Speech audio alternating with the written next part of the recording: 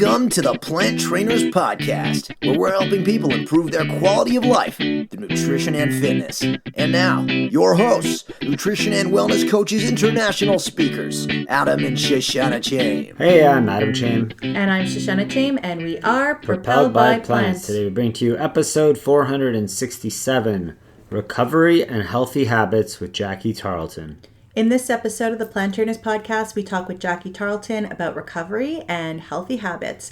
Jacque shares with us her own journey with alcoholism and almost 11 years of sobriety. She is open, raw, and honest, but most of all, she shares a lot of tools for helping yourself and others. Jacque's a certified Wellcoach and Wellness Advocate. She's passionate about improving health through fabulous, fun, and scientifically proven lifestyle changes. Jacque's worked in healthcare as a registered dietitian, fitness and yoga instructor, and now a coach. She's passionate about helping you create a lifestyle that supports your health goals. Great show, great story. You're going to love it. Share it out and enjoy. Hey everyone, now it's more important than ever to stay close and connected to us as we're going to be making some changes here at Plant Trainers. So please head over to planttrainers.com and get our plant-based comfort foods recipe book for free. That's a $14.99 value just by signing up for our newsletter so that you can know what changes are, because we want to make sure that we stay in touch. And now for a moment of gratitude. I'm grateful for systems. I've taken some time to eliminate some clutter from my life and put in some systems to save time, because time is the biggest commodity. Grateful for spending time with family. Just had some holidays, saw some family, and it was really nice to do that.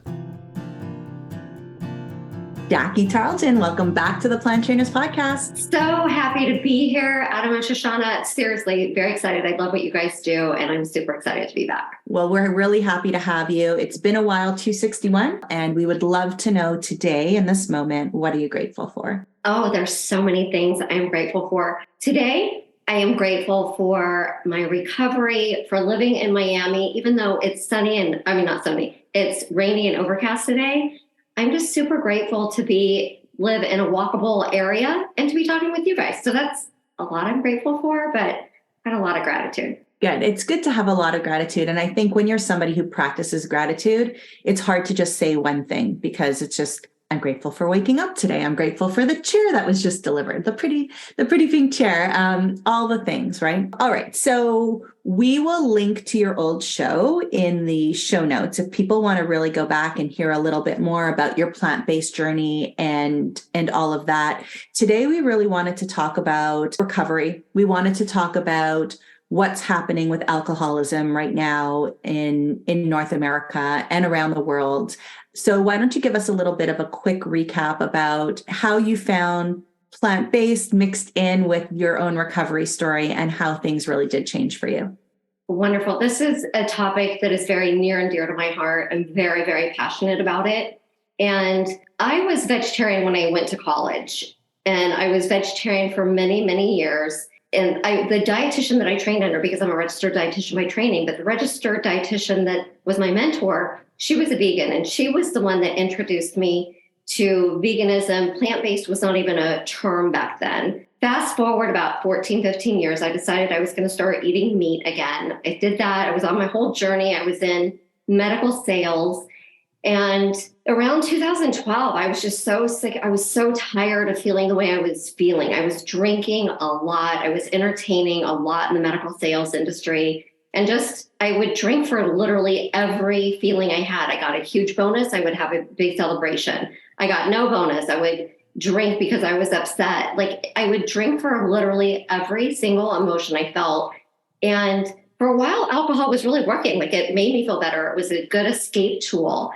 But then for probably the past 5, almost 10 years that I was drinking, it was not working anymore. I just kept feeling like crap. And finally, one of my girlfriends who lives in Tampa, she had been sober before, and then she was drinking again. And then she confided in me and said that she was thinking about getting sober again. And I'm like, if you do this, let me know, because I want to do it too. And literally May 15th, 2012 is when she called me and told me that she is quitting drinking. She's going to start working on her recovery. And I'm like, okay, what do I do? So I dove in head first, May 15th, 2012. May 14th, 2012 was my very last drink of alcohol. And it was from my work in recovery, figuring out who I was, because that was a thing. Like I would drink over every single emotion. And I had been drinking since the age of like 12 or 13 years old. And I never really got to fully understand who Jacque was and what my true loves were. But as soon as I gave up drinking, I started seeing how miserable I was in the medical device world, in the pharmaceutical sales world. And I really wanted to go back to my roots, because when I was practicing as a registered dietitian, and even in college when I was studying nutrition and dietetics, I knew that our lifestyle factors, our exercise, the food that we eat, I knew these things played a big role, and we could literally reverse diseases from our lifestyle. Fast forward 30 years, now we've got lifestyle medicine board certifications for physicians, physician extenders, nurses, dietitians, coaches, everyone. It's a real thing. And as I started my work in recovery and really understanding who I was and what I wanted, I was researching what medical conferences were out there, and I found the International Plant-Based Nutrition and Healthcare Conference. I found the American College of Lifestyle Medicine, and I started going to those conferences. And that's the very first time I heard the word plant-based. So I started eating more plant-forward, where I was basically crowding out all of the meats and the more processed foods. And I was starting to eat more whole food, plant-based. And that's kind of how my whole evolution started. So me coming back to the plant-based world, me coming back to lifestyle medicine was all contingent upon me quitting drinking, but not just quitting drinking. It was working on my emotional well-being, my mental health, and my recovery. And I really I'm so grateful for my recovery, because it's brought me to where I am today. And I get to help other people overcome addiction and find their passion and purpose in life. Just want to say thank you so much for sharing that with us, because I know not everybody can, and we're so proud of you. And you exhibit so much power in so many different ways, like everything you've done through businesses over the years, everything you've done in terms of the shows, like the bikini or the competitions that you did. But this is huge, and this is big. I'm trying to do math in my head. Is it 11 and a half years, something like that? I will have 11 years in May, which is 11 years in May. Yeah. Right. 11 years in May. So when this comes out, I mean, we're around the corner from that. So that's huge. And, there's a lot of power in that. And you've learned so much. I think the world has learned so much, but here we are in a place where there are so many resources out there about everything, but we still are buying cups for our girlfriends that say it's 5 o'clock somewhere. Right. And there's mommy juice. Right. And I think that it's okay that people have a drink, but it's not okay when it becomes a problem. So what do people need to be aware of here in terms of when is it okay and when is it becoming a problem? And this is a very, very fine line. So there is more research that's been published, and people are talking about it more, that they're showing that literally there's no amount of alcohol that's good for your health. And the health benefits are where alcohol starts to be deleterious for your health is after 2 drinks a week, not a day, 2 drinks a week. So if you're wanting to, if you're interested in health, then really there's no amount of alcohol that's good for you. But honestly, if you're a normie and you can drink without over consuming and blacking out like the way I used to drink, then I see there's nothing wrong with it. If you want to have a drink or 2 every once in a while, go for it. Have fun, enjoy your life. But it's a very fine line as to what is enough and what is too much. And this is also a personal call. If someone drank like I drank, where I was drinking a bottle or 2 of wine every night, and I would pass out. I was a blackout drinker. Literally only people who are alcoholics black out. Other people who don't have an alcohol use disorder, they don't black out. So that is not okay. And one of my friends, she's working on her recovery and abstaining from alcohol. because her mother was an alcoholic. She died from alcoholism. Her mother died from cirrhosis of the liver and multiple other things. And she doesn't want to go down that same path. So we all have different reasons as to why we're not going to drink, why we're choosing not to drink. And that's definitely a personal choice or a personal decision. But I will say 80% of the people with alcohol use disorder are now women over 50. Those are the new numbers, people that are being diagnosed with alcohol use disorder. And AUD is the clinical term for an alcoholic or someone with like an overconsumption problem. And some of this could be contributed to, like what you said, like women, we buy each other those wine glasses. It's 1:00 somewhere. Here's mommy juice. Let's all get together. Like we need to drink. We've been taking care of the kids all day. We're working. We're doing all these things. Like we have women running companies and raising families. We have women doing everything. And Adam, not to leave out the men too, because men also, they're very, very prevalent in any kind of alcohol use disorder too. So this really does apply to everyone. But women specifically, like after the kids are raised, and you're not ever really fully done parenting, right? So once the kids are out of high school, they're going to college, they're married, they're having kids, women could kind of like be lost. And we're so used to raising the children, being so like that was our purpose, is raising kids or working or whatever. And then those dynamics shift and change. And now we don't know how to cope with some of those things. So if you're listening and you're finding yourself drinking for a lot of different emotions, if you find yourself drinking yourself to sleep, if you find yourself drinking and you're still like, if it puts you in a worse mood, if it makes you sad, if you start crying a lot, these are some signs that this might be too much. Like you might want to start looking at your alcohol consumption. And I'm not saying that everyone needs to quit drinking, but I do think that the amount of alcohol consumed, I think people need to start becoming more aware of it, especially for the health reasons. Many people are using alcohol as an escape. There's a lot of addictive things that people use to escape reality. And with the rise of mental health these days, it makes sense that people are looking for an escape, but there are better or different ways to really escape what's going on or what you're dealing with. And finding someone to support you and talk to you is always something that can help. But there is a rise in mental health. There's a rise of more people becoming aware that mental health is a crisis right now. And if you're listening, you need to get help. Reach out and talk to someone who cares, because somebody cares about you. So don't think you're alone in this. What would definitely not alone. This is something that's really, really, really huge. And I'm glad you brought that up, Adam. And like one of my physician friends, I was talking to her not too long ago, and I didn't realize it's like a big red flag on a physician's chart if they go and seek any kind of mental health work. Mm-hmm. And I had no idea, but finally, I think that's being looked at in physicians as well, like it being more acceptable and okay. And a lot of times, simply just finding a friend, a partner, anyone that you can talk to, that can help tremendously. So definitely finding someone that you can communicate with.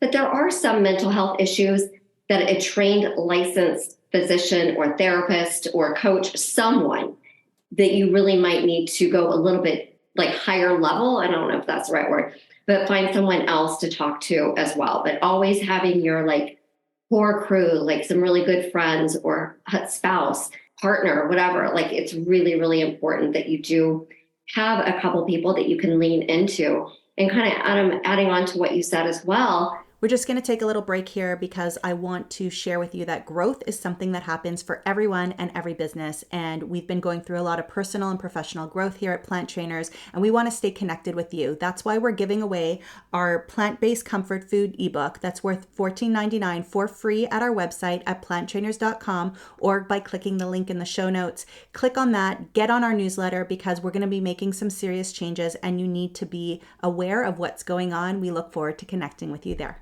And now back to the show. We all have stuff that we're going through. Life gets lengthy. And like one of the things I always talk about, I'm doing this no sugar challenge right now. And I talked about HALT, and HALT is something that I learned in recovery. Before eating, ask yourself, am I hungry, angry, lonely, or tired? HLT, hungry, angry, lonely, or tired. The only time we should be eating is if we're hungry, but people eat for all these different emotions. And it can go to the same thing for taking drugs that are not taken as prescribed, drinking alcohol like in excess. Instead of turning to alcohol for like to celebrate or when you're angry, like what's something else you could do when you're upset? Calling a friend, taking a boxing class because boxing is aggressive, or taking like a really intense, like a HIIT kind of workout to get out some of those feelings. We really need to deal with feelings in a different way, in a healthier manner versus always turning to food. And usually when we turn to food, it's like that crap, the calorie-rich and processed kind of food. So instead of turning to food or the drink or the drug, let's look at some healthier options that we can do instead of those unhealthier options. I think it's really important to make that connection where some people are using alcohol to escape, but some people are using food to escape. And both come with health issues, right? Both can be extremely damaging for your health or even take your life. But with alcoholism, people are getting behind the wheel, or people are making decisions in the moment where they're inebriated, right? Or there's a lot more damage that can be done to themselves and to the people around them with the alcoholism. So whether it's alcoholism or whether it's binge eating or overeating or what have you, yes, doing HIIT workouts, how else can people channel those addictive personalities into good habits? So first of all, the very first thing we have to do is we have to become aware of what that addiction is or that trait is that we want to start changing. And then once we become aware, we can start recognizing when it does pop up.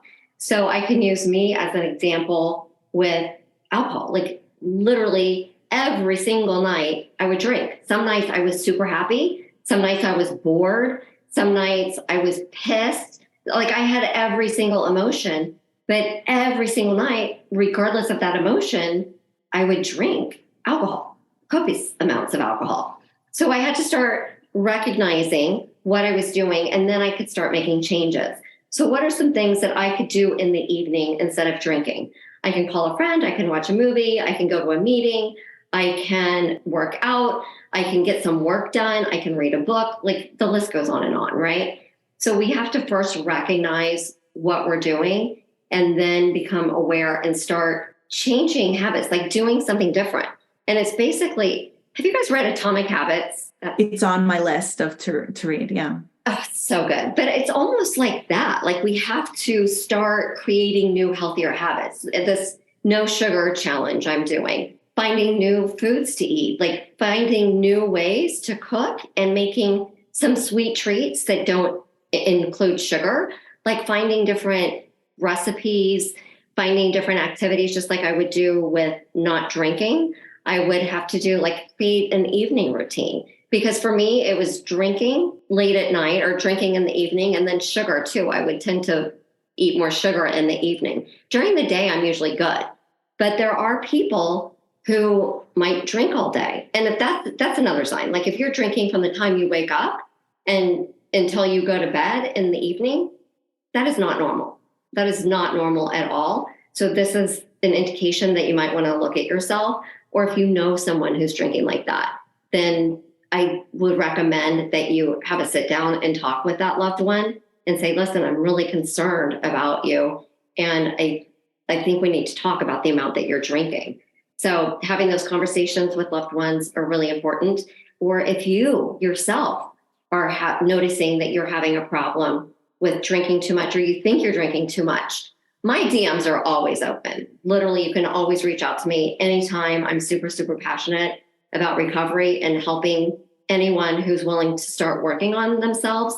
Would love to talk to you. So you can send me a DM or sit down and talk to someone that you love and trust and let them know that you're concerned. You're concerned that you're drinking too much and you want some help.